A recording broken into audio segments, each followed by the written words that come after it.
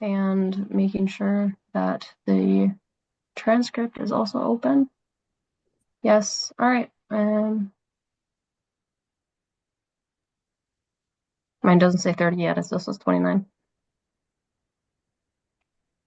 So when I share my PowerPoint, can I overrule that one, or do you have to take it down? I'm taking this down in 2 minutes after Bonto opens the session. Okay. So yeah, no worries. All right, I'm gonna open now.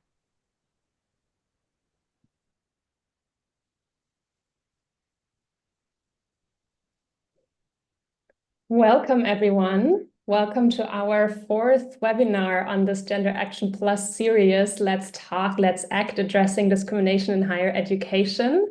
I can see many of you are coming into the room, and as you're coming in, feel free to already use the chat to say hi and maybe to put in from where you're calling in from, which city, which country, which university.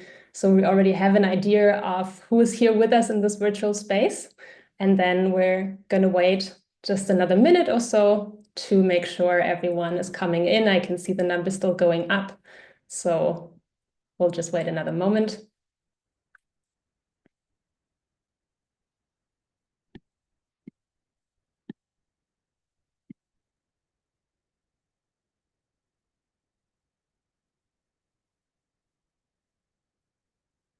Again, to those who just came in, very warm welcome.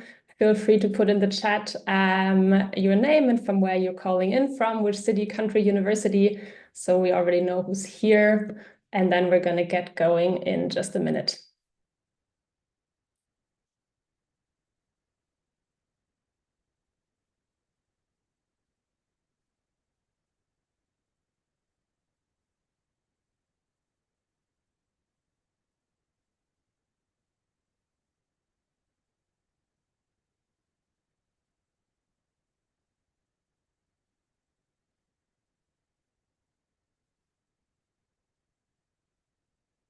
All right, I think we can kick it off. Again, welcome to our 4th webinar on this Gender Action Plus webinar series, Let's Talk, Let's Act, Addressing Discrimination in Higher Education. My name is Bontu Guschke. I'm a researcher, but also a facilitator and a consultant in the area of anti-discrimination in academia. Specifically, I did quite a lot of research from an intersectional perspective on the persistence of racist and sexist discrimination at Danish universities. But I'm actually not here today with my research or as a researcher primarily, but as a moderator for this webinar series. So I'm going to lead us through today's webinar, which I'm very much looking forward to. And I am here together with Molly Okino. And Molly, maybe you also want to introduce yourself. Yeah, thanks so much, Bonto. Yes, my name is Molly Okino, and I'm a diversity and inclusion special consultant in the gender equality team here at the University of Southern Denmark. My background is in gender studies and social science, and I'm currently finishing my Ph.D. at the Department of Social Science and Business at Roskilde University, together with my colleague Leo Beisner Petersen, who is head of the gender equality team. Leo, you can wave maybe. We're the project partners in the Gender Action Plus project together with the Ministry of Higher Education and Science here in Denmark. We're very excited to be here today and to be organizing this very timely webinar series. So thank you. Thank you, Bonto. Thank you, Molly. And again, very warm welcome from all 3 of us, Molly, Leo, and myself. And we're here today with our 2 amazing speakers, Olivia Dahl and Antonius Ktenidis. Welcome to both of you. I will introduce both of you in more detail later. But before I do that, I want to say a couple of words on what brings us here today. And the main issue that brings us here today is speaking about discrimination in higher education. It's an issue that is not only highly relevant, but also discussed more and more, not least since the Me Too movement started spreading in Danish academia in 2020. It has, of course, been an issue and a relevant issue long before that. All of us who work in this field know that. And we hope that it continues to be a priority at Danish universities, but it has certainly been discussed more and more. Indeed, just last year, the research institute Vive published a report on sexism at Danish universities that was commissioned by the Ministry of Higher Education and Science as a response to the Me Too movement hitting Danish academia. And what this Vive report showed is that scholars, and especially here junior scholars, continuously experience not only sexist, but also other intersectional forms of discrimination in Danish higher education. And that's how this idea came about, to say, let's have a webinar series, let's talk, let's act, let's address discrimination in Danish higher education. As mentioned before, the webinar series is headed by the gender equality team at SDU, so the wonderful team of Leo and Molly, and it is part of the Danish National Impact Plan in the EU Gender Action Plus project. Some of you might have heard of this project before. Gender Action Plus is an EU project, and it consists of partners from 22 EU member states that are working on the coordination of gender equality and inclusiveness objectives of the new ERA, so the European Research Area.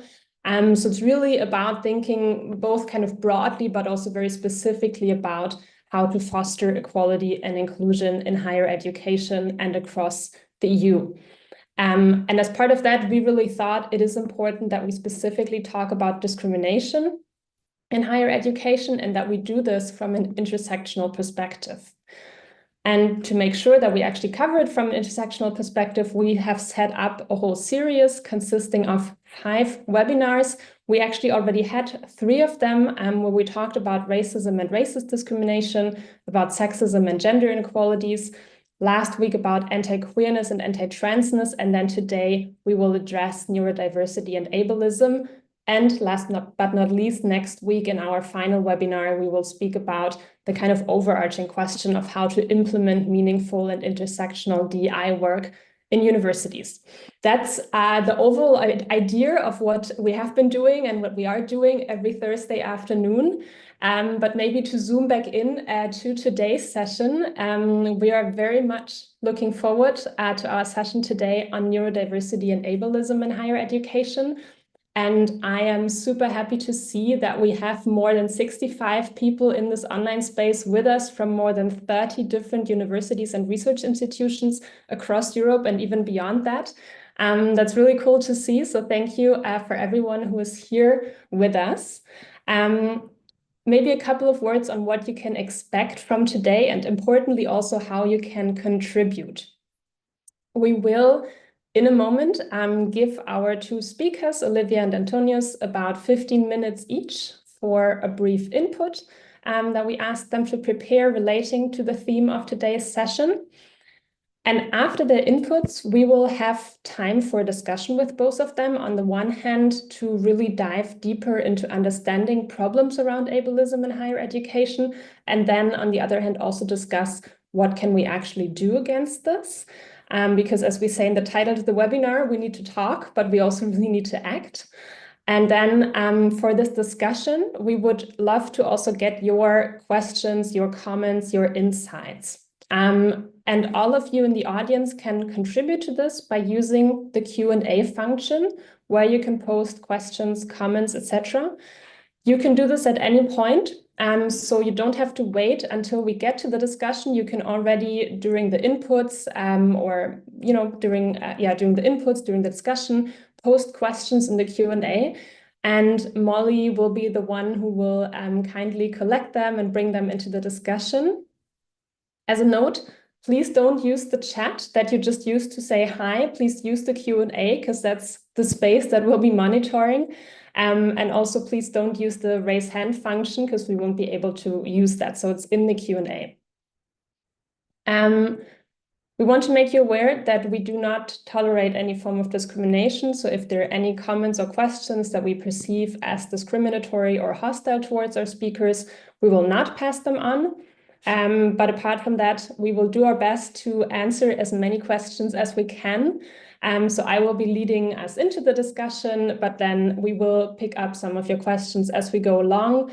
And we will also make sure to save some extra time in the last 15 minutes for your Q&A questions. That's how it will go. So without further ado, I would like to introduce our first amazing speaker, Olivia Dahl. Olivia is a Danish researcher specializing in the sociology of everyday life for individuals with disability. Her work explores Crip studies, identity theories, disability paradigms, and the sociology of emotions. One thing that I think is really amazing about Olivia's work is that she co-founded the School for Crip Poetry with the Danish poet Casper Erik, where they're creating a space for disabled individuals to express their experiences of exclusion, inaccessibility, and stigma through poetry. And I have to admit, I'm myself a big lover of poetry for empowerment as a tool for social justice. So maybe we'll get to speak a bit about your work in that area later. But to continue with the introduction, Olivia's research has been widely communicated through lectures, workshops, and media appearances, contributing a sociological perspective on disability to various professional and public forums. And moreover, Olivia is engaged in research networks and is a Universal Design Hub Bevika Foundation member and currently funded by the ELSIS Fund. Today, Olivia's input is called From Outsiders to Crip Theory, how medical, social, and Crip theoretical understandings of disability are negotiated in the everyday lives of people with cerebral palsy. Olivia, very warm welcome to you. We're super happy to have you, and the floor is yours. Thanks a lot. Thanks for the little presentation of me. And thanks for being so many people in this room talking about disability. I'm looking very much forward to share some of my work with you that Bantu also told you a little bit about already. So I'm just going to find the share button here and then move on to the presentation.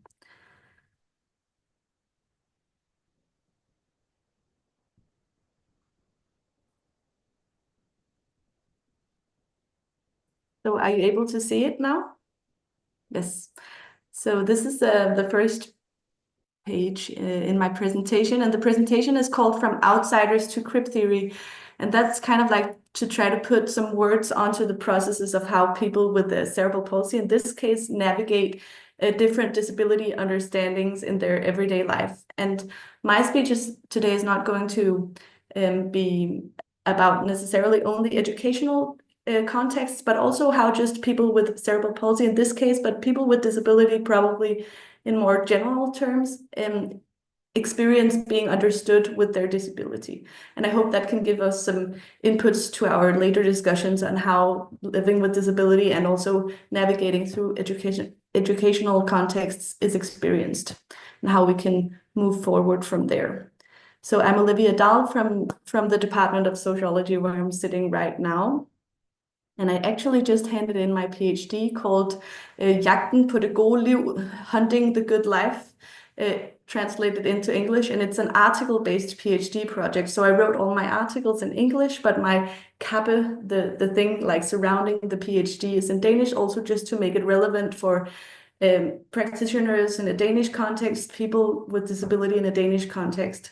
And my PhD project is about how people with cerebral palsy navigate both medical, social, and Crip theoretical understandings of disability. So there are many different ways of understanding disability today. And in Denmark, we have a very dominating medical understanding of disability. And what I look into is how people with cerebral palsy both navigate these understandings, but also challenge them in some cases. And I'm going to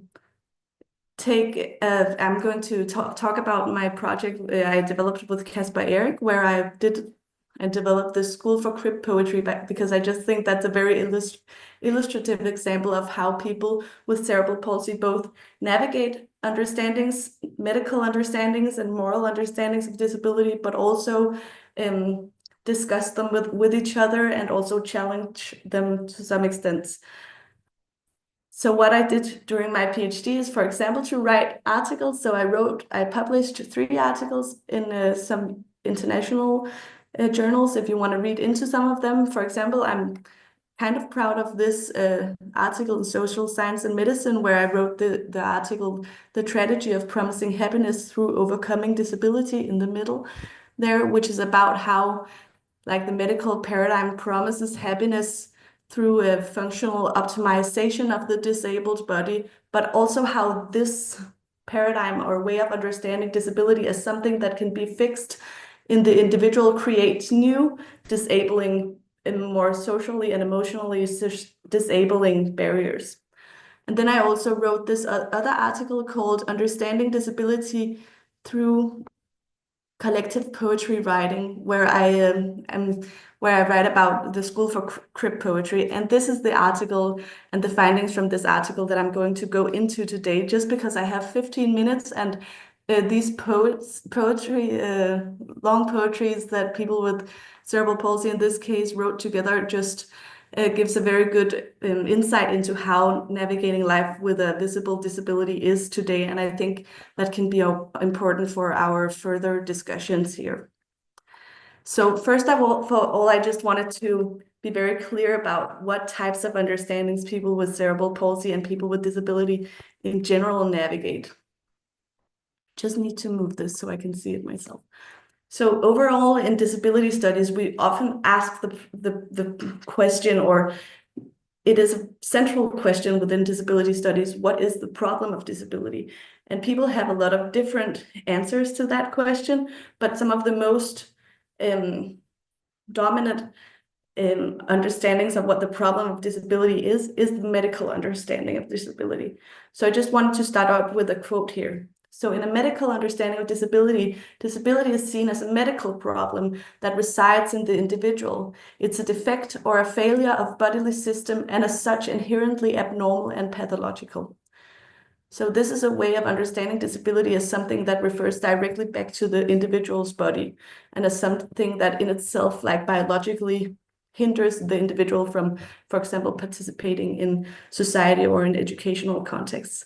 And even though this way of understanding disability to many, maybe in this room, I would think is very like old and old-fashioned and something we've moved away from. In Denmark, this is a very common understanding of disability, and we actually also see that in the use of, we haven't changed to using disability, but we still use handicap as like the word for describing the people with specific diagnoses that are then disabled by their bodies or by their minds. But we know from disability studies that disability can also be understood in many other ways. And for example, the whole social model where people with disabilities in the 70s went on the streets and said, we're not disabled in our bodily essence, we are disabled by society, has also moved understandings of disability. So I just wanted to read out loud another quote for how we can understand the problem of disability. So what Makura writes here: the institutions in our culture produce and secure an able-bodied identity, fundamentally structured in ways that limit access for people with disabilities, constructing a world that always and everywhere privileges a very narrow and even narrowing conceptions of ability. So this is a whole other way of viewing disability, that disability is something that has to do with our way of understanding normalcy, and that disabled people are excluded because of these very narrowing ideas of what is expected or normal. So that's just like to give you an impression on like two ways of approaching the problem of disability, and also who has the solution for them, right? So in the medical model, the solution would be to medically intervene in the body, and in the more social or Crip theoretical and critical approaches to disability, the solution would be to look in the surrounding and say, hey, how can we create more ways of, how can we create more accessible and more open-minded communities for people with disability to partake in. So what I did as a part of my PhD, I both used some individual interviews and some focus group interviews, and then also these writing workshops. And that's what I'm going to talk to you about today. So together with the poet Kasper Erik, maybe some of you know him or have already read his book about his poetry book called Nye Balancer, New Balances. We did this we tried to do something together. And actually, I didn't know that I was going to use it for my PhD, but I thought it was a very good idea once we talked together. So what we did was that we tried to invite a lot of people also living with cerebral palsy. Both Casper and I also have CP. So we just wanted to create a room for meeting each other that was outside medical institutions where we'd always meet. So we were used to like being operated together and training together and meeting in all of these rooms where disability was always about minimizing or taking disability out of this world to some extent. So we wanted to create a room where we could meet around other narratives and other ideas of what disability is. Someone is helping. Just a second.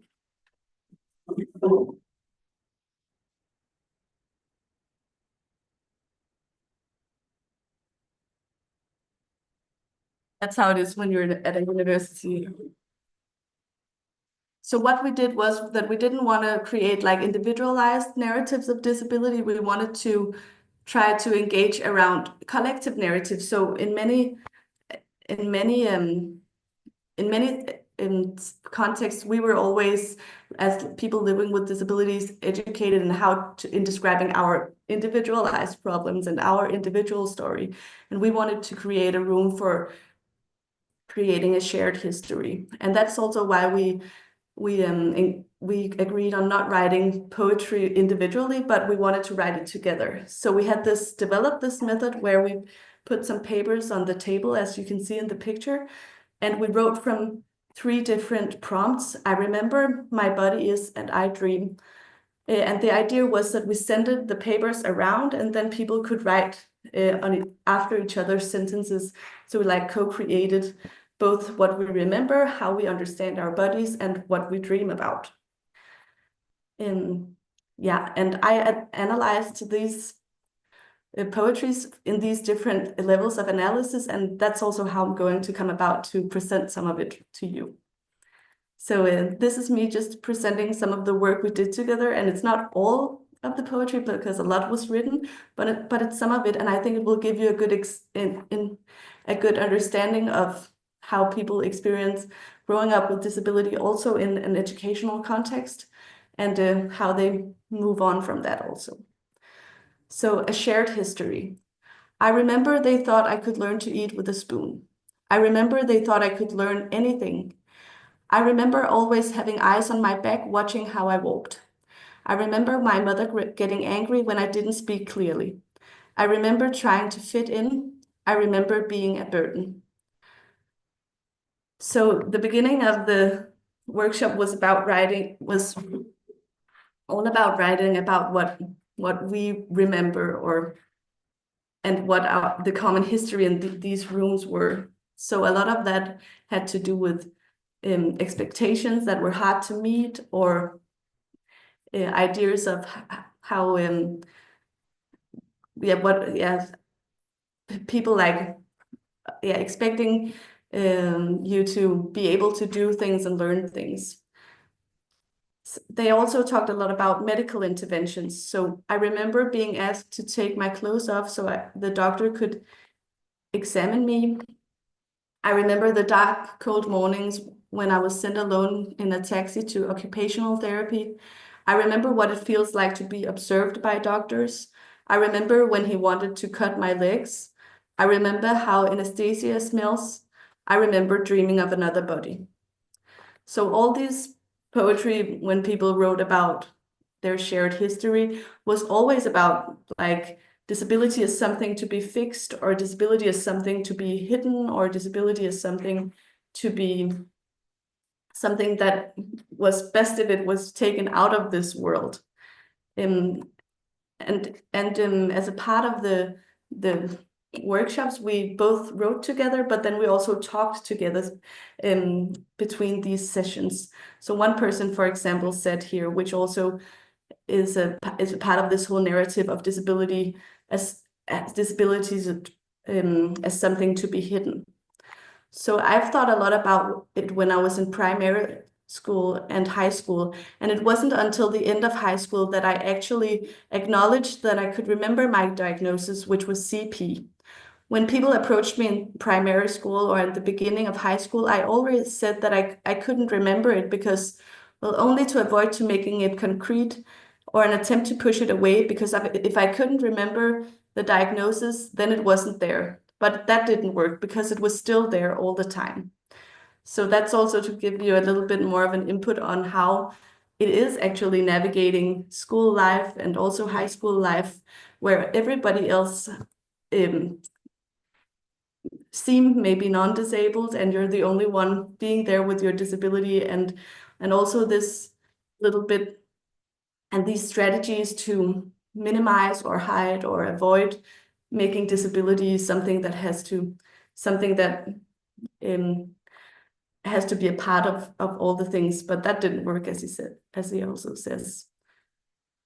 People also wrote about the barriers of society. So they, for example, wrote as here: I remember the stares. I remember you looking at me strangely. I remember I don't think of you as disabled.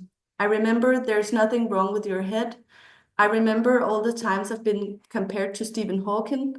I remember the offer of activation in protected institutions. I remember I was afraid to be me. So when people wrote about their shared history, it's not only it encounters with hospitals, but also and medicalized interventions, but also encounters with people's understandings of disability outside these medical institutions. So stares and prejudices, and also compliments about being like Stephen Hawking, which can also be annoying when you just want to be yourself. And then also I remember the offer of activation in protected institutions, which was something that a lot of people with cerebral palsy who, for example, completed high school was then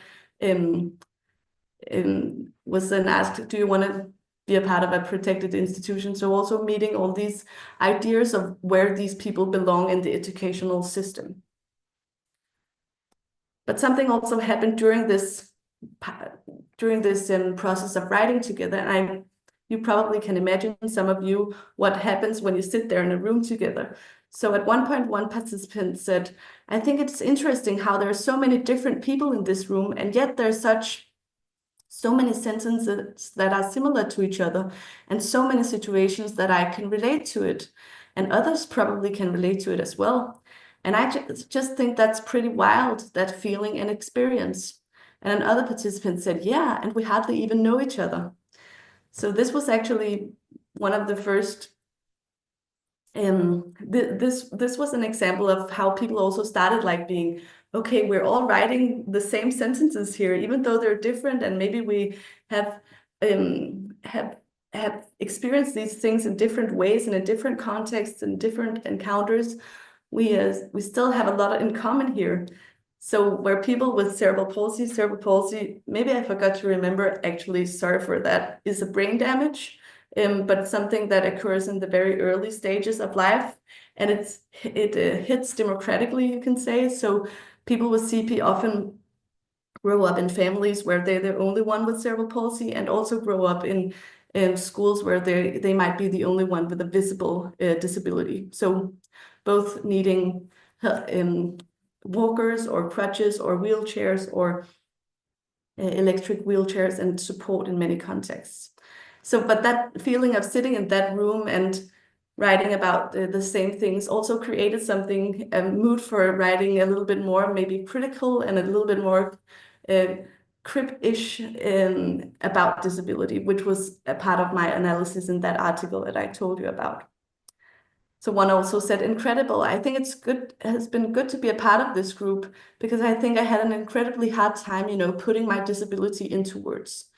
And I think that I told you that I also made individual interviews and focus group interviews. And I think that was some of the something that was also a problem in those interviews sometimes for us, because we haven't got a language outside like medical understanding disability to talk about disability. But in this room, it was actually possible to also maybe create a new language or a new way of discussing disability. which come to term in the next poetry lines here. I dream of being a transformer. I dream of making a difference for another person. I dream of messing with the world's understanding of disability. I dream of disability becoming something normal to have, like having a heart and a big nose. I dream of inventing a sport where the one who's the best at not being able to do things wins. I dream of creating understanding between people. So as you can see here in this part, people are beginning to be a little bit more critical of the status quo and are starting also maybe to question that whole idea of that disability is something that you have to overcome, and that, for example, the idea that disability also just can be an attribute like having a beating heart and a big nose. It doesn't necessarily have to be something very negative that in all cases has to be taken out of this world. So people are also trying to mess with the world's understanding of disability, as they write here. Also, as an example in the next poetry. My body is a disturbance. My body is different but unique. My body is strong. My body is fucking gorgeous. You just haven't realized it. My body is uncontrollable. My body is just a body. My body is an invitation to vulnerability. My body is boundless. My body is a battleground. My body is the root of my reflection. My body is political. My body is unpredictable. My body is provocative. My body is wild. So I think in these sentences kind of like turn around a little bit how you would normally write about disabilities. For example, a lot of people with cerebral palsy have difficulties controlling their movements. And in this part, my body is uncontrollable just becomes something else than within a medical paradigm that would often be something that you would like to then control. But in this part, it also becomes a part of being disability being political and unpredictable and a battleground also. So this was my speech for now, and I hope that these memories and ideas of the body and also the dreams can be a part of us discussing, is there room for disability in a higher educational context, and how can we create room for disability, not only disability in medical terms, but also maybe in more Crip theoretical terms where disability is embraced and made room for in different ways. Thank you very much, Olivia. Thank you for sharing these important insights, the very powerful poetry quotes that I think are both very personal and at the same time very political and critical for this discussion. So I'm looking forward to getting into our discussion later on. But before we do that, I would like to introduce our second speaker. Yes, so I would like to introduce our second speaker, and that is Dr. Antonius Ktenidis. Antonius is joining us from the UK. He's a lecturer in education at the School of Education at the University of Sheffield, specializing in critical disability studies. His research is interdisciplinary and explores the intersections of ableism, disableism, heightism, and developmentalism in education and beyond. Actually, next to his research, Antonius has been trained as a school teacher, and he has worked in different roles at schools in the UK. So I think you're really bringing both kind of this theoretical and practical perspective on both teaching and research at schools and universities. So I think that is super interesting and very valuable for our discussion. And Antonius is also interested in anti-ableist research cultures and anti-ableist pedagogies, and that is also what his input will be focused on today, namely anti-ableist pedagogies and research cultures in higher education. Welcome again, Antonius. Thank you for being here, and I'm passing the mic to you. Great. Thank you so much for Bontu and Molly for the invitation, for having me here.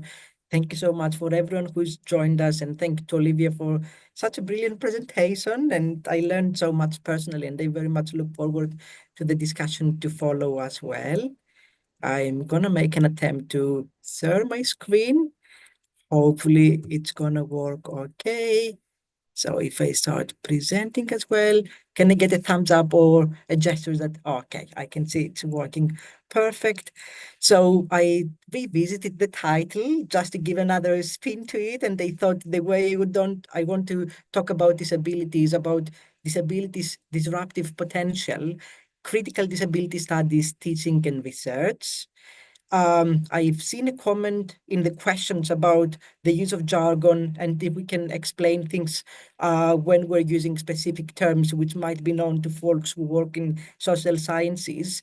I've tried to structure the presentation in such a way, but if there are any terms that you still might want to learn more about, I think Molly mentioned that we can follow that up during the discussion and the Q&A. And what I try to do is thinking about higher education and its role. Two of the things that we are invited to do in that space is to teach and research. So I've structured the presentation in such a way that it will be addressing ableism, anti-ableism, which I will explain shortly, and how these manifest and materialize in teaching and research. So I've structured the presentation in the following way. I'll try to give you a brief introduction to critical disability studies as a field and familiarize you with some of the terms used within this specific discipline. Then I'll try to think how critical disability studies consider teaching in reference to anti-ableist pedagogies in particular, and then do the same, but in relation to research and talk about anti-ableist research cultures. And then I do want to close with a call for action inspired by what this whole project is about, that it's not a matter just of talking the talk, but it's also about acting on what we're learning collectively all together. Sometimes I think the text can be overwhelming. I've tried to maintain some balance, so apologies in advance if the slides are too wordy, because that sometimes can be inaccessible. At the same time, I think it's an opportunity for readers to also be able to engage with the text, especially when you have a Greek accent like myself. And sometimes it can take just some minutes to tune in with the accent. So I do hope that the text on the slides and the way I'm trying to present will offer some fine balance for everyone to be able to follow the presentation. So a brief introduction to critical disability studies then. What are critical disability studies? And critical disability studies has accompanied the social, political, and intellectual reevaluation of exploratory paradigms used to understand the lived experience of disabled people and potential ways forward for social, political, and economic change. So Olivia already hinted into the medical model of disability and the social model of disability. And something I'm quite conscious of is some of the terminology used in the English language might not necessarily translate in the same way to Danish or other languages. And one distinction that is made in the social model of disability is between impairment and disability. And as Olivia was talking about, the social model talks about how disability is socially constructed because of the structures, whereas the impairment has to do with one's body, one's mind, and the way it works. And these are some of the explanatory paradigms that have been used to understand disability previously and the lived experience that disabled people have. But the way we are trying to think about disability is considering how the social, the political, the economic, the cultural spheres affect how a disabled person experiences their impairment, their disability, and so on. So in order to be able to do that, what critical disability studies has done is to welcome in on a smorgasbord of perspectives drawn from inside and outside of the disability experience. So critical disability studies is a location populated by people who advocate building upon the foundational perspectives of disability studies, such as the social model of disability, whilst integrating new and transformative agendas associated, for example, with post-colonial, queer, and feminist theories. And Olivia hinted earlier around Crip theory, for example. And the reason we need those eclectic approaches to making sense of disability is exactly because the sheer diversity of disabled people, that is, the variety and degrees of their impairments and their intersection with other relevant social categories of experience, demands a much broader and contextualist interrogation of their restrictions. So to that effect, critical disability studies draw from a much more eclectic mix of critical theories than earlier work in disability studies. So basically, one of the critiques of the social model of disability was that it wasn't taking intersectionality on board. And intersectionality has been introduced by the Black feminist Kimberly Crenshaw, who talks about the intersections of different systems of oppression. And she coined the term in relation to the discrimination that Black women in particular experience. But then if we also think about disability, if we think about sexuality and so on, not everyone experiences their disability in the same way, exactly because of the intersections of other identities as well. And that's what critical disability studies is trying to tackle by bringing, for example, queer theory or post-colonial theory and so on to make sense of those intersections. So two key concepts that I want to introduce you from critical disability studies are the following. The first one is the concept of disableism. And disableism, according to Carol Thomas, who was a disabled feminist scholar and activist, is a form of social oppression involving the social imposition of restrictions of activity on people with impairments and the socially engendered undermining of their psycho-emotional well-being. So, for example, when it comes to restrictions of activity, a classic example to illustrate, for example, the social model of disability is when a wheelchair user is encountered with a set of stairs in front of them, and there is no lift or any other way to enter this particular space. So it's not their physical impairment that is actually causing their exclusion, but it's the way the environment has been designed without them in mind that is excluding them from being able to be in that space. So that's a form of a restriction of activity. But what I particularly appreciate about Carol Thomas' definition of disableism is that she's also considering the psycho-emotional toll that disableism has. And Olivia talked earlier about, for example, experiences of being stared at, of being excluded. And those experiences, of course, shape how ones feel about themselves, how they feel about others, sometimes internalizing those feelings and so on. So disableism is not only about the structures, but it's also about the psycho-emotional as well. And the second term I want to introduce you is the concept of ableism. And I'm quoting here the scholar Woolbrink, who defines ableism as a set of beliefs, processes, and practices that produce, based on abilities one exhibits or values, a particular understanding of oneself, one's body, and one's relationship with others of humanity, other species, and the environment, and includes how one is judged by others.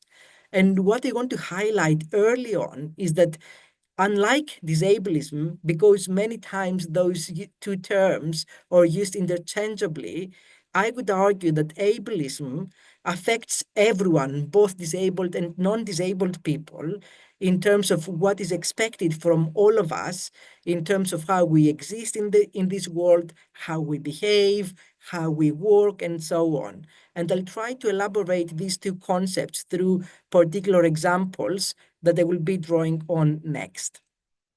So I do want to start with teaching, and in my own university, I do teach across undergraduate and postgraduate courses.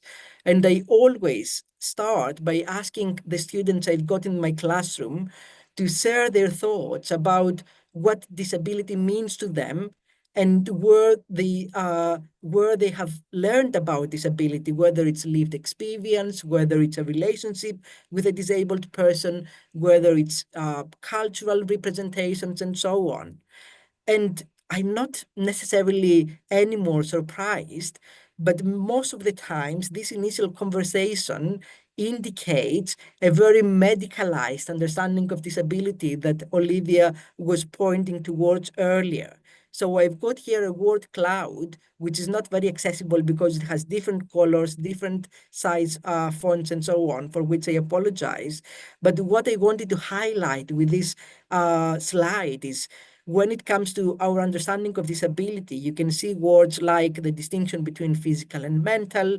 You can see words like being disadvantaged, being somebody who is struggling, being somebody who needs support or help or additional needs, assistance, and then very few questioning some of those ideas by referring to how structures, norms, and so on might be shaping how we make sense of disability. And what I always remind my students of is to look around the room that they are being taught and reflect on who is in that room and who isn't, and for what reasons they might not be in that room. And we start looking, for example, around the physical structures, the chairs, the lecture theater, the building, the lights, but we're also start having discussions about how higher education can be very ableist and disableist because of the way it works, because of how things are taught, or who has made it throughout an education system that privileges certain learners and disadvantages others. And that's not because they have a disability, but that has to do with how we think about teaching and learning and so on. So the next thing I do in my lecture is I'm trying to introduce this idea of anti-ableist, of pedagogical principles.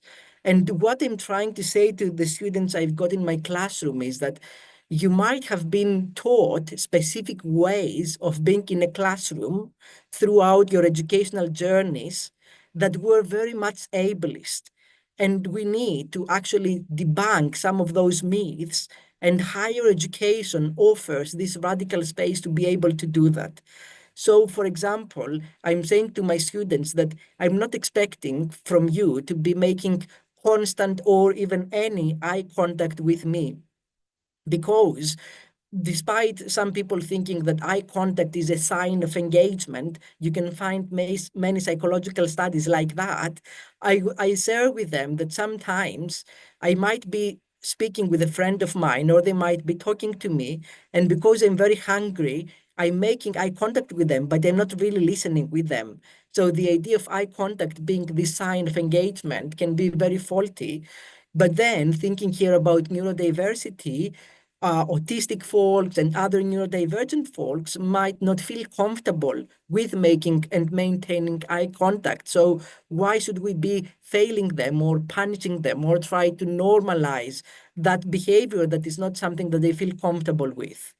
Similarly, I say to my students that sitting still in a chair is not expected. I think the idea of just being sat for so long actually is so disabling for so many folks who might have chronic conditions, for folks who might be neurodivergent, and they might, again, be struggling to just remain sat for so many minutes. We talk about stimming and how, again, some people who identify as neurodivergent might benefit from being able to stim in places, how many times we give to each other to ask questions and expect a response. And most importantly, I'm asking them to listen to their body minds. Whatever they feel like, their well-being is a priority. If they need to leave the classroom, if they need to do something else, I always say, you do that first.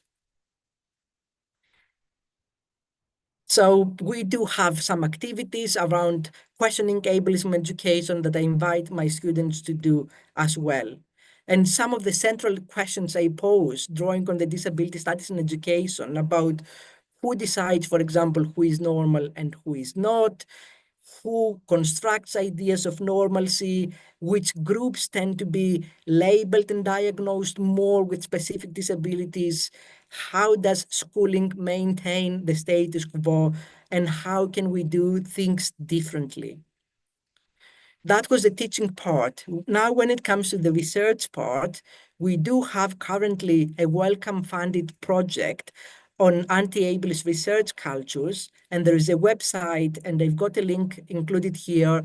I will also be sharing that into the chat if people are interested. We share updates about that project as well, and it has 3 priority areas, with first one being on anti-ableist environments, the second anti-ableist developments, and the third one being about collaborative inquiry.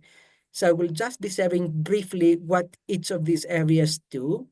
The first one is about recruitment, and we're all very aware across HE of the under-recruitment of disabled researchers and research support staff. And that's not because of their disability, but because of the systemic barriers they face. So what we're trying to do is to think about inclusive recruitment, such as how we put together job descriptions, marketing, this idea of essential and desirable criteria, how we do interviews.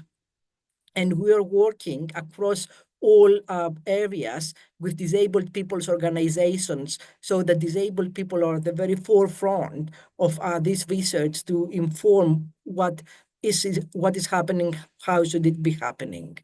Anti-ableist development has 2 parts. The first one is about inaccessible research events. Again, this idea that I can attend any events in person or online, and how little consideration goes into making those events accessible and who is excluded from them. So we're trying to build some guidelines which will be able then to be drawn upon for people to try to make those events more accessible. And we don't want these guidelines to be a checklist, but actually to provoke reflection, deep reflection around how can we make events more accessible. And the second one is about research methods, because even the idea of doing research can be very much ableist in terms of the methods that we use, in terms of who is a participant in a research, and so on. So we're trying to rethink the whole design of a research, from ethics, the methods, the analysis, the dissemination, and so on. The collaborative asked me to be the timekeeper. I'm giving you a 2-minute note. That's great. Thank you so much for that, Bontu.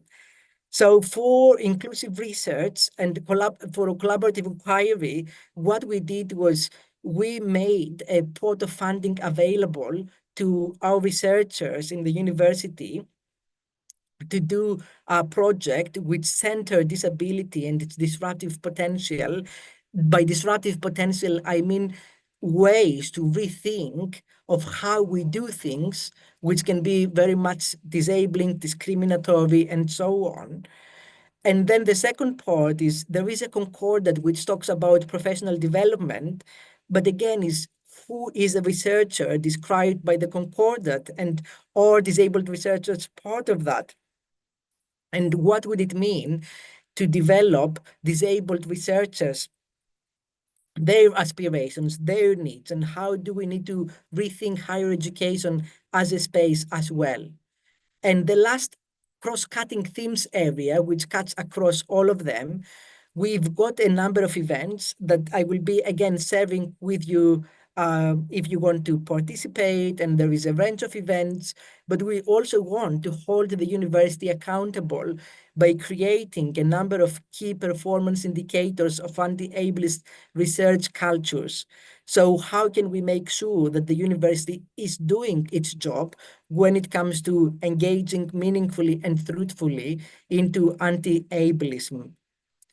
So I would like to close with 2 quotes from one of my favorite authors, Bell Hooks, a Black feminist educator from whom I've personally learned quite a lot. And I think, again, we do live in quite turbulent times, and I think we can discuss that further as we go into the panel discussion. But Hooks argues that the classroom remains the most radical space of possibility in the academy. And I would say then we need to make the most out of this possibility. And that secondly, the intellectual tradition of the West is very individualistic. It's not community-based. The intellectual is often thought as a person who is alone and cut off from the world. So I have had to practice being willing to leave the space of my study, to be in community, to work in community, and to be changed by community. So the way I see the call for action is, it's not just higher education, academics, and other staff to do the work, but it's actually listening and learning from the community and develop this cross solidarity. And I'll finish my presentation here. Thank you very much.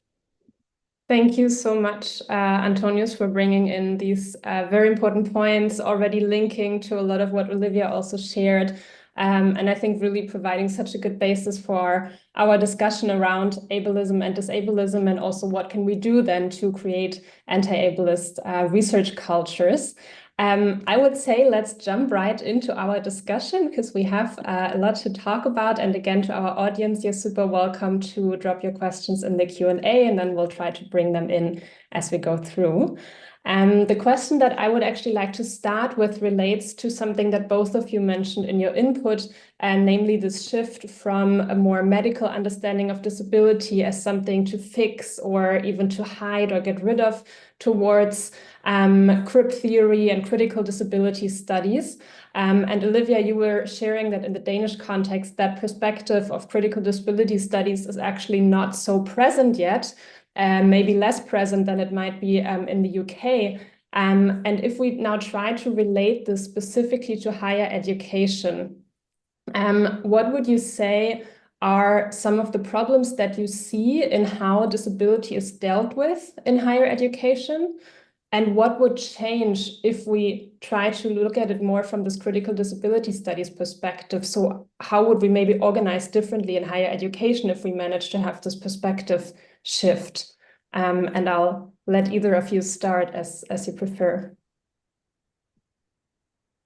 Well, I think that in higher education, disability is often understood in medical terms as well, so understood actually as a burden and something that we just have to deal with quickly, something that is difficult to have in the classroom, difficult. Here I'm at an old hospital that's been turned into a university, very difficult to get around, and that makes a lot of disruptions in people planning where the classrooms has to be, if there's a person in a wheelchair, for example, or there is a person that has special needs, and also when people with disabilities here need something, they have to ask around for support people themselves, and that also puts a lot of pressure on both being a learner, but also being someone who has to get something more out of, for example, the teachers or the educators. So cripping, that whole idea would be seeing disability as a potential, as people that knows things about society that able-bodied might not know. So if you're used to if you're used to navigating society that isn't welcoming to you and that is difficult to access, you know something very important about society and also about how we can maybe create a more inclusive and a more welcoming environment for even more people. So also that whole understanding of maybe disability not only being for the disabled, and that disability is not a closed category, but something we all could benefit from, thinking more through, that there is some productive and critical elements to looking at the world through the lens of disability, and that people with disability can play a very important part in that, I think. So yeah. Yeah, thank you so much. And I also, it reminds me of what you were sharing, Antonius, of saying ableism is something that in a way is a normativity that restricts all of us, which I think relates to this point. Do you have something from your experience, Antonius, in the UK about this question? Sure. I think one of the things I wanted to highlight, which I think there is a comment also to an extent around that, was how often, again, disability and access are reduced to physical impairment and physical accessibility. So this idea of even toilet signs having the illustration of a wheelchair user, and then what that means for people who might have invisible disabilities. Is their access considered? And they mentioned, for example, earlier the idea of lights. We can talk about sensory overloads and levels of noise and so many other things. So I think even in contexts where critical disability studies might have become a more known paradigm of making sense of disability, I don't think this necessarily has translated or materialized in universities actually practicing anti-ableism, anti-disableism, and so on. The second thing I'm thinking is also about the onus falling on the disabled person to disclose their disability and the expectations of what needs to be disclosed and how they need to be accommodated. And it's like there is this notion by Margaret Price about the accommodation loop of there is so much bureaucracy in the university to be able to access support to do your work, and so much disclosure about as part of this process. And that's not fair.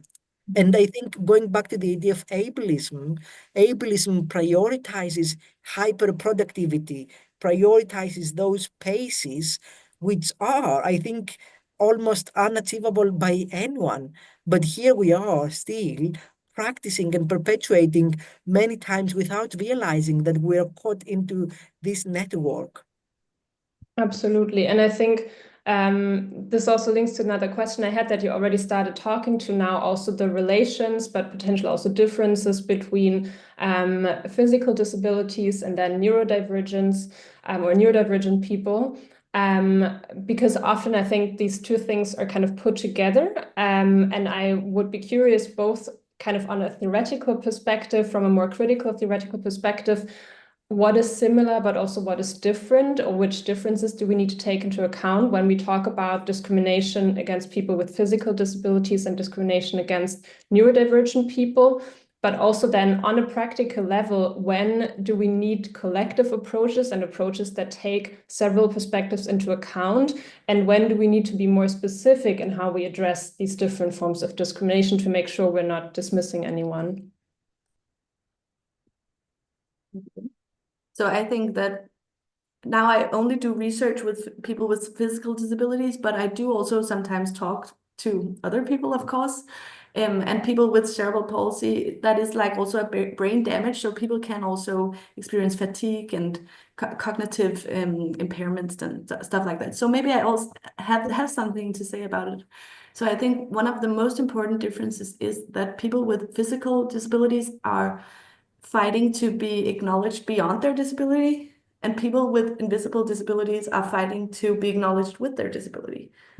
Ish. So a lot of the people I talk to are very tired of people talking so much about their disability all the time, or always having a lot of oh, do you need something special, or do you need that, or it must be very difficult for you to take an education because you have a disability and stuff like that. Them being like, no, I can actually do that. I'm good at going to school, or I just need the right accommodations to do it. And then people with invisible disabilities more fighting for maybe their right to extra time at because it's not to be seen, so they have to also tell more about their personal experiences and their diagnosis and disclose probably a lot more. So I think that's one of the differences that I think is very important. But then I also think we have to remember, because in disability it often becomes, and especially also in Denmark, becomes a lot about the diagnoses, like silos in our ways of understanding disability.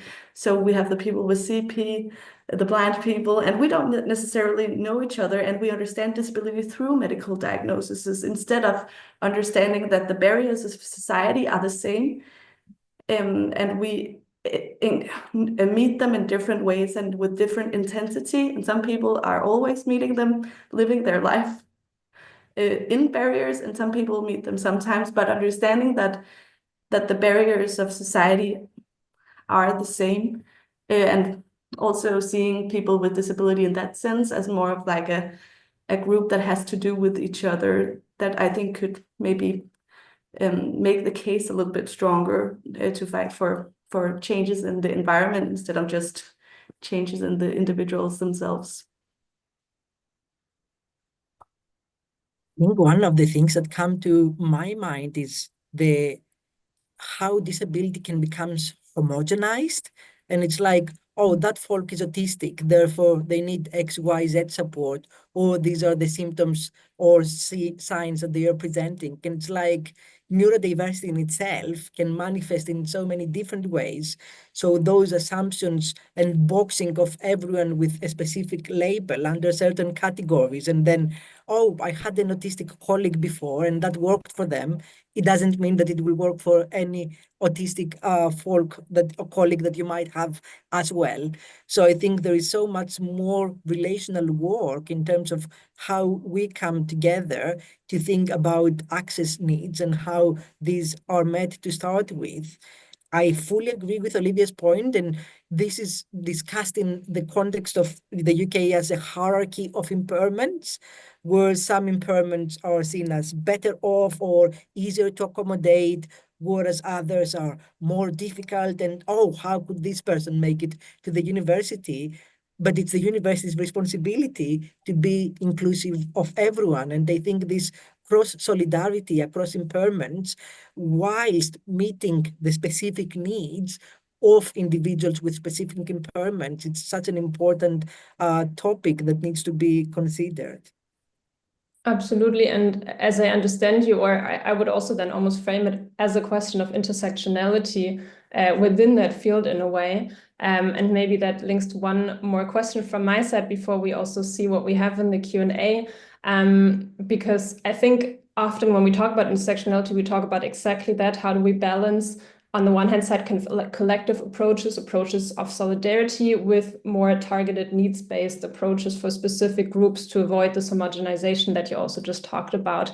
And what this related to for me is one of the things that I really noticed again in this webinar series is that there are also so many overlaps between the struggles against racism, sexism, anti-queerness, ableism, disableism. So many things of what you just mentioned were ringing true in relation to things that we discussed in the other webinar series about how can you speak about these things, who is speaking about you, or how do you actually have a voice to speak about it, who is being noticed, etc. So it seems like a lot of the struggles are very similar.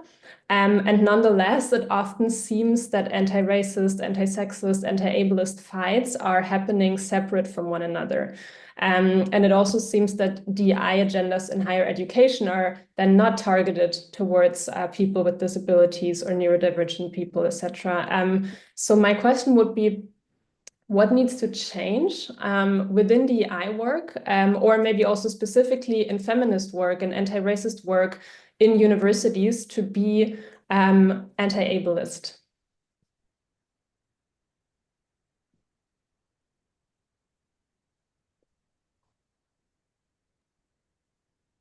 Happy to go first, Olivia, if you want. I think, again, what you talked there about DE&I or EDI in the context of the UK, which stands about equality, diversity, and inclusion, there is an element of performativity, at least in a UK context, where there is this idea now of awards or charts, and I think Athena Swan being one of them when it comes to gender equality. But to what extent are Athena Swan's award intersectionals in their nature, or are they prioritizing specific groups of women? Are they trans inclusive as well? Who is falling into these categories? And I think when you're trying to compartmentalize EDI in those, oh, the race group, the gender group, the disability group, it's like you're almost asking people to leave all their other identities on the side and only bring their one identity into the specific group. But as intersectionality points out, there is no separation of identities. Identities intersect in all of these different ways. So that's almost quite more of a reductionist way of thinking about those matters. And then it also informs the action and the praxis that we are taking against such discrimination. When it comes to intersectionality, I'm thinking again about how particular groups attract specific diagnoses. So, for example, in the UK and the US, it's mostly Black boys who get diagnosed with behavioral difficulties, emotional difficulties, and so on. And it's like, is that a coincidence or is there something going on there? So I think intersectionality should be cutting across all initiatives around of practicing EDI meaningfully. But as you were pointing out, Bontu, I think similar to what we were discussing about the hierarchy of impairments, there is also a hierarchy or different agendas competing in silos. And I think that's such a problematic thing that, however, is still maintained and practiced. Absolutely. And if I just want to add a little thing, I think that in the Danish context, it's very new that disability is even invited into these discussions of intersectionality. So often, again, we write disability on the on something that has to do with nature. And well, of course, people with disabilities or people in wheelchairs are not here because they are not able to.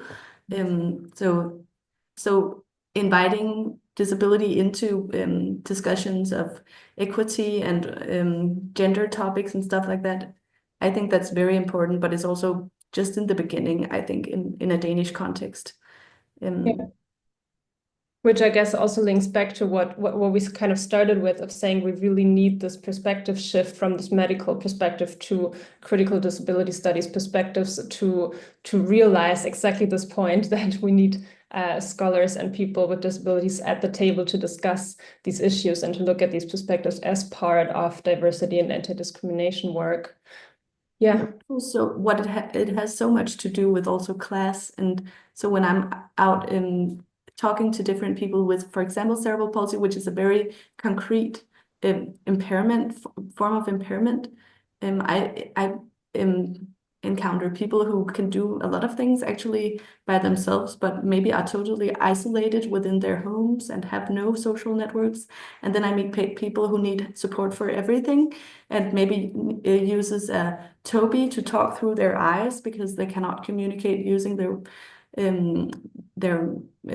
verbally, and they go to maybe DTU or take higher educations and have a boyfriend in another city and stuff like that. So this has a lot to do with what possibilities you have and what parents you have and what resources that are put into you as a person, and how you were also invested in as a child. Were you put in a special class school and put out of like educational potential thinking, or were you often maybe did you have parents who supported that you could do that you could learn and you could be a part of learning the learning system? So this has a lot to do with what possibilities and what types of support you get outside of university as well, if you even get the opportunity to get to higher education. Yeah, absolutely. And also such an important reminder of how it is so much about the structures that surround you and what kind of accessibility is made possible within these structures, as you say, outside of higher education, but then also as a responsibility for higher education institutions to really think about what can we do on our end. Molly, I'm thinking maybe we can jump to some audience questions as well. And I know that you've been looking into those. Do you have some that you would like to share? Yeah, thanks so much, Bonto, and thank you both, Olivia and Antonios, for your contributions. I think it's been a brilliant discussion so far, and I can say that we have a lot of interaction, positive and interesting feedback in the chat or in the Q&A. So I'm going to start with there's one person that's written in with a comment, so I'm going to start with that one before I move to some questions. But there's somebody that's wrote in saying. I'm just going to read the whole thing. There's very interesting research on inclusion in higher education going on at DPU right now, focusing on creating multiple student pathways and taking a dialectical approach to education, particularly to avoid placing the burden of fitting in on the disabled. So we don't have to go outing ourselves and asking for SPS to be able to hustle through. As someone who is struggling with a lot of thoughts on how open to be about my own ADHD diagnosis when moving into a new context where people don't know me at all, it's been extremely heartening to hear professors put into words that people like me aren't a burden and haven't had to feel like they and shouldn't have to feel like they are. Sorry. So I just want to put that the comment out in the space, and maybe also for those that are in positions of power in the room, because this person is also specifically referencing a professor putting these things into words. Maybe also a reminder to professors, to educators, to leadership as well, the importance of taking leading on this front and having anti-ableist approaches and being very clear about that.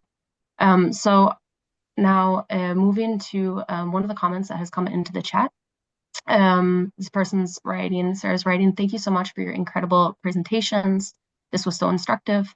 I was wondering if you could share some practices that would make it more feasible to report ableist discrimination and how reporting processes should be rendered more accessible." And then in parentheses, she's writing, "Thinking about sitting / still as requirement, giving lengthy testimonies, but also thinking about invisible disabilities here, etc."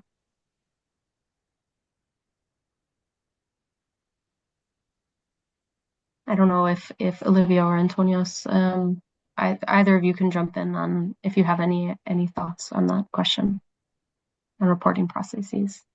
I have a little bit hard time understanding, like hearing some of the words. Okay. A little bit, but oh, so sorry about that. maybe start. I don't know. The question, very short, is about talking about reporting processes and how to render those more accessible. Reporting processes on discrimination. So like, yeah, okay. Discrimination that people are meeting. How do we make reporting processes better? Yeah, actually, I don't know that much about reporting processes, so maybe that's why I don't have an answer to that really. But just knowing that there is a place that you can go that's safe and that has your back, I think a lot of people with disabilities in educational systems, I have myself written an article called "Screaming and Concealing Disability." So sometimes you have to scream out loud your disability and disclose and tell about things that you've experienced or your diagnosis, and other times you want to more keep it to yourself. And there are a lot of prejudices about being disabled and being intellectual and those whole like ideas of how that fits together. So that if there is a clear message from the university that here is a place that you can go and the things that you're experiencing are not okay, if that's a clear message, that would be great. That would be also acknowledging that even if you haven't experienced anything specific, then there is a place that you can go, and there are people who are interested in this type of exclusion and who are interested in keeping you here as well, and that you're not a burden to the place.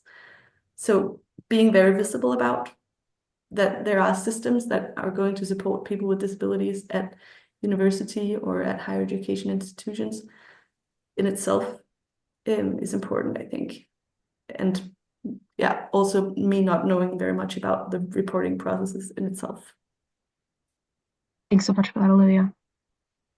Thank you so much, Sarah, for the question, and Molly for reading the question out loud. I think one thing that comes to mind is this concept from Sarah Ahmed, the killjoy, and she talks about feminist spaces and what it means to call out patriarchy, sexist behaviors, and so on. And this has been taken in disability studies now, and they're trying to introduce this idea of the Crip killjoy, of what it means to call out disableism, ableism. And at the same time, the emotional labor that goes into calling out such experiences. And I would argue again, it's not just the disabled person's duty to call out the oppression that they are experiencing every single day, when we're thinking about allyship, it's everyone's responsibility to call out forms of oppression that materialize so every often in front of our eyes, but we most often remain bystanders and do not necessarily tackle them the way we should. So it's, to an extent, being in a position of power when we have privileged identities, or creating spaces when calling out is actually a practice that is honored and valued. And the second response would be referring to some of Mia Mingu's work, who is a disabled feminist activist writing about disability justice. And she's written one of my favorite texts about apologies. And she talks about a real apology, a genuine apology, means taking accountability for your wrongdoing and making amendments for them. And I think universities are particularly good at making or providing empty apologies when they are failing their disabled students, their disabled staff. For example, an inaccessible classroom, an inaccessible event. Oh, sorry, we didn't think about having BSL interpretation. Next time we think, you turn up in the next event, nothing is there again. So it's like, for me, the idea of reporting is also resulting in a solid outcome where the person who called you out actually felt listened to, and their feedback has been taken on board and enacted as well. Thank you so much for that, Antonios. I think some really important points by you both, and also kind of resonating with some of the things like Bonta was saying before that we talked in some of the last sessions, also kind of about like the minority tax, right? Of kind of like the emotional labor that's also so often required of minoritized people to be able to be making the space more inclusive, and how oftentimes this is also something that it kind of falls flat because it's kind of bad. It's, to speak with Sarah Ahmed, it's like one of the brick walls, right? Because you're just constantly banging your head up against the brick wall, and is there change being done? So thank you so much. There's a lot of really great questions in the chat. I'm going to try to combine two of them here. We have Anna writing in on saying, thank you so much for your inspiring presentations. I'm particularly interested by the idea of creating intersectional Crip affinities collectives. I'm curious how you see that we may push further for escaping the individualistic narrative of the medical approach to disability. Do you think one of the reasons may be that there is a tendency, especially within the Scandinavian context, to think about disability in terms of welfare and social services as a contrast to a question of social injustice, and how do we navigate that? And there's also a question coming in as well above that of asking, how do we facilitate and encourage more inclusive and anti-ableism initiatives in student-led organizations and groups? I think it's a very good point to make. Like how can we make disability a little bit more a question of collectively engaging with this topic instead of individually? So yeah, all the time when we talk about disability, it's always about the individual personally encountering discrimination, having to report it, or trying to get some support systems or stuff like that. So how can we work even more towards non-medicalized, but also in our way of constructing support systems at university that's not built around the individualized narratives of disability? I think that's very great work if you're doing that out there. And I would love to hear more about that, building on this. I think, again, following up about the welfare and social services in the UK context as well, we're going through some gloomy times in terms of more cuts towards benefits that disabled people can apply for. And the common narrative is that, oh, disabled people do not want to work and therefore rely on those benefits and so on. But we're not thinking about how work in itself can be very ableist and therefore excluding disabled people to start with. One of the examples I bring up to my students is how remote work and hybrid ways of working became a thing during and after the pandemic, because it actually served the majority of the world. But when disabled people were protesting and arguing for remote work so many years ago, the standard reply would be no, excluding them from the workplace, but then blaming them from not engaging in work. So I think these contradictions and tensions need to be more acknowledged in terms of how it's actually the framing of disabled people within the social services, the welfare, that is, again, it draws on a very medicalized, individualistic paradigm, and then frames disabled people as the ones at fault in those spaces. And when it comes to university employees facilitating inclusivity and anti-ableism, I think, again, sometimes students and people in general do not have the vocabulary. I think many people, including disabled people, talk about how powerful, for example, it is to learn about the social model of disability, or to be able to name the discrimination and the oppression you face as disableism, as ableism, and so on. So sometimes it's a matter of having the language to be able to make a case. You need to name the problem to be able to face it. That's how universities work. And if you can point a specific term, many times they can find their ways to evade from providing a solution towards that. So I think, to me, it's a matter of exposing students and everyone to ideas around disability justice, critical disability studies, and so on, to start reconsidering and questioning and unlearning some deeply rooted pathologizing understandings of disability that we might all carry. And for example, just to take mention something in relation to that, I grew up as a sociology student and I never met disability at sociology. So, and sociology has to engage with inequalities, and intersections of inequalities and stuff like that. So I think we really, in a Danish context at least, are do not necessarily acknowledge disability as a social science topic in that sense, maybe more and more. And I know gender studies and things happening at DPU, and there are things that are growing from there.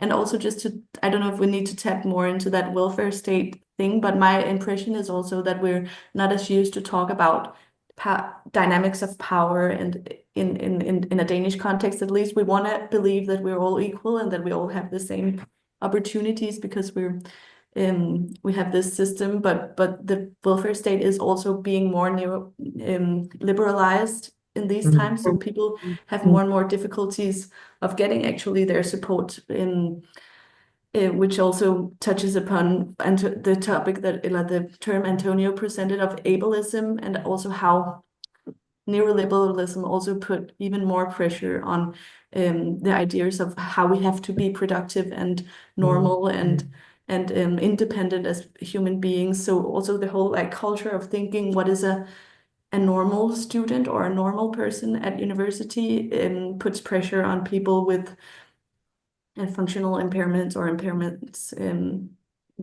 even belonging as a person in those institutions, I think.